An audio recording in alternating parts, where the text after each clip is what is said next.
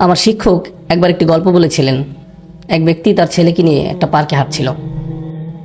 তারা একসাথে হাঁটছিল। ছেলেটি গাছের উপর একটা কাক দেখে বলল, বাবা এটা কি, এটা কি? বাচ্চার বয়স ছিল 2 বছর। বাবা বললো, এটা একটা কাক। ছেলে আবার বলল, বাবা এটা কি?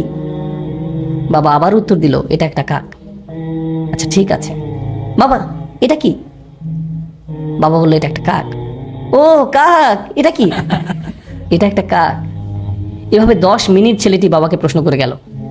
বাবা 30 বার উত্তর দিলেন।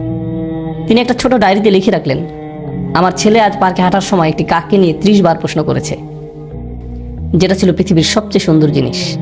30 বছর পর ছেলের বয়স এখন 2 বছর না, তার বয়স 32 বছর। বাবা ছেলেকে ফোন করলো, আমি কি তোমার কাছে আসতে পারি? ছেলে উত্তর দিল, বাবা এটা ঠিক দেখা করার সময় না। বাবা বললেন, আমাকে কিছুক্ষণ সময় দাও, আমার 10 থেকে 15 মিনিট দরকার, শুধু এইটুকু সময় হলেই চলবে। চলো গাড়িতে করে বের হই, তোমার সাথে কিছু ব্যাপারে কথা আছে।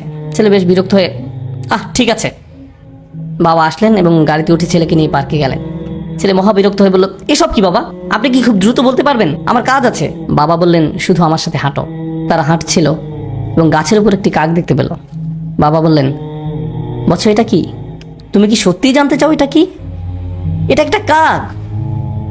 ও বৎস এটা কি? ছেলে এবার প্রচন্ড রেগে গেল, এটা কি একটা খেলা? আমার কাজ আছে, ঠিক আছে? এটা একটা কাক, আপনি কি দেখতে পাচ্ছেন না? আমি গত মাসেও আপনাকে নতুন চশমা এনে দিয়েছি, আমার সাথে এমন কেন হচ্ছে? বাবা আপনি কেন এত জটিল? আমি বুঝতে পারছি না সমস্যাটা কোথায়। জাস্ট বলেন কি বলতে চান। আমি ব্যস্ত আছি, ঠিক আছে? বাবা তার ডায়েরির পাতা খুলে বলল, বৎস ঠিক এরকম একটা ঘটনা 30 বছর আগে ঘটেছিল। আমরা এই পার্কে হাঁটছিলাম, তুমি একটি কাক দেখেছিলে। তুমি 30 বার আমাকে এটার সম্পর্কে জিজ্ঞেস করেছিলে। আমি প্রতিবার হেসে উত্তর দিয়েছিলাম, আর এখন তুমি দ্বিতীয়বারও উত্তর দিতে পারছো না।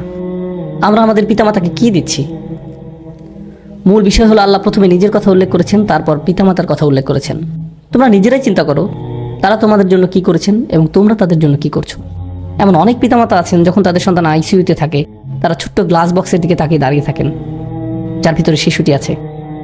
দিন রাত 24 ঘন্টা হাসপাতালে শুধু দাঁড়িয়েই থাকেন, কখনো বসেন না, শুধু দাঁড়িয়ে থাকেন। ভেন্ডিং মেশিনের খাবার দিয়ে তাদের জীবন চলছে। আর ঠিক এই সন্তানই বড় হলে ফোন করে খবর নেওয়ারও সময় হয় না। কত মা তার সন্তান ভূমিষ্ঠ করতে মৃত্যুর কাছাকাছি চলে যায়, আর এখন তার ফোনের উত্তর দেওয়া অনেক কঠিন হয়ে পড়েছে। আর এখন তাকে কি দিচ্ছেন? সারাদিন 2 মিনিটের মতো সময়। তাকে কিছুটা গুরুত্বপূর্ণ ভাবতে দিন। এটা কতটা অন্যায্য যে আপনি তাদের নিকট ছিলেন সবচেয়ে গুরুত্বপূর্ণ, আর এখন তারা আপনার কাছে গুরুত্বহীন। এটা কতটা ন্যায় বিরুদ্ধ। তারা এই যন্ত্রণা প্রতিদিন বয়ে বেড়ায় যে আমি আমার সন্তানের কাছে কিছুই না, আমি তাদের কাছে কিছুই না, আমি তাদের কাছে মূল্যহীন, আমার জন্য তাদের হাতে কোনো সময় নেই। কোনো কিছু আপনার কাছে মূল্যবান মনে হলে তাতে আপনি সময় দান করেন। বেশিরভাগ ক্ষেত্রে এই সময় আমরা পিতামাতার কাছ থেকে দূরে সরে থাকতে চাই। আপনি আপনার বন্ধুদের সাথে থাকতে চান, নিজের মতো করে থাকতে চান, মাতা পিতার সাথে থাকতে চান না। এই বদ অভ্যাসটা আপনিই বাড়তে দিয়েছেন, আর সময়ের পরিক্রমায় এটা আরও খারাপ হতে থাকবে। আমাদের পিতামাতা অনেক অনেক বেশি আবেগপ্রবণ, তারা খুবই রক্ষণাত্মক। এটা বুঝতে পারবেন না যতক্ষণ না আপনি নিজে পিতামাতা হবেন। আপনার বয়স 60 হলেও আপনি তাদের কাছে শিশু। তারা এখনও স্মরণ করতে পারে আপনার ময়লা ন্যাপকিন পরিষ্কার করার কথা, আপনাকে দুধ খাওয়ানোর কথা, কীভাবে ঢেকুর তুলেছেন, পিছনের সিটে বসানোর পর কীভাবে আপনাকে পরিষ্কার করেছে, খাইয়েছে। আপনি স্মরণ করতে পারেন না, কিন্তু তারা পারে। আমার সন্তান এটি মনে রাখবে না। গাড়িতে বসা অবস্থায় আব্বু টয়লেটে যাবো, টয়লেটে যাবো, টয়লেটে যাবো, হঠাৎ করে সে চুপ হয়ে যায়। আমি বললাম, জানালা নামিয়ে দেয়, এখনই সময়। তারপর সে বলা শুরু করলো, আমি ঈদে কোন খেলনা পাবো।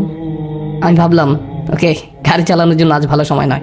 তারপর সে যখন কলেজ থেকে গ্রাজুয়েশন করেছে, একদিন বিয়ে করেছে, সে তখন আর এটা মনে রাখবে না। কিন্তু কে কখনো ভুলে যাবে না? আমি কখনো ভুলে যাব না। আমি ভুলবো না তাকে কিভাবে বাথরুমে নিয়েছি, তাকে পরিষ্কার করেছি, জামা পরিয়েছি। সে বলেছিল, আব্বা এই স্পাইডারম্যান পোশাকটা পরিয়ে দিন। আমার সন্তানের কিছুই মনে রাখবে না, আমি রাখবো, আমি মনে রাখবো। এই একই শিশু যখন পিতাকে একদিন বলে, বাবা আমি ঠিক তোমাকে বুঝতে পারি না, আমার হাতে একদম সময় নেই, এটা আসলেই তাকে দুঃখ দেয়। এটা আসলেই তাকে দুঃখ দেয়। ঠিক এই আচরণটাই আমি আপনি আমাদের পিতামাতার সাথে করে থাকি। তারা ছিল আমাদের জীবন, আমাদের জন্য তারা তাদের জীবন দিয়েছেন, তাদের ক্যারিয়ার বিসর্জন দিয়েছেন, তাদের ছুটি, তাদের বন্ধু বান্ধবদের সঙ্গ ত্যাগ করেছেন। আপনি জানেন সেটা? আমি এটা এখন জানি, আমি তখন জানতাম না। আপনি আসার আগ পর্যন্ত তাদের জীবনের এক ধরনের পরিকল্পনা করা ছিল, আর আপনি আসার পর আপনিই হয়েছেন তাদের পরিকল্পনা, আপনিই তাদের সব কিছু। এখন একটা কিছু আপনার মন মতো না হলেই আপনি রাগান্বিত হয়ে পড়েন, কিছুই শুনতে চান না, তাদের সাথে রেগে কথা বলেন। আমরা এখানে এই মুহূর্তে ইসলাম নিয়ে আলোচনা করছি না, আমরা শালীনতার কথা বলছি। তারা আপনার জন্য কি করেছে আর আপনি তাদের কি ফিরিয়ে দিচ্ছেন, এটা খুবই অন্যায়, এটা খুবই অসমীচীন।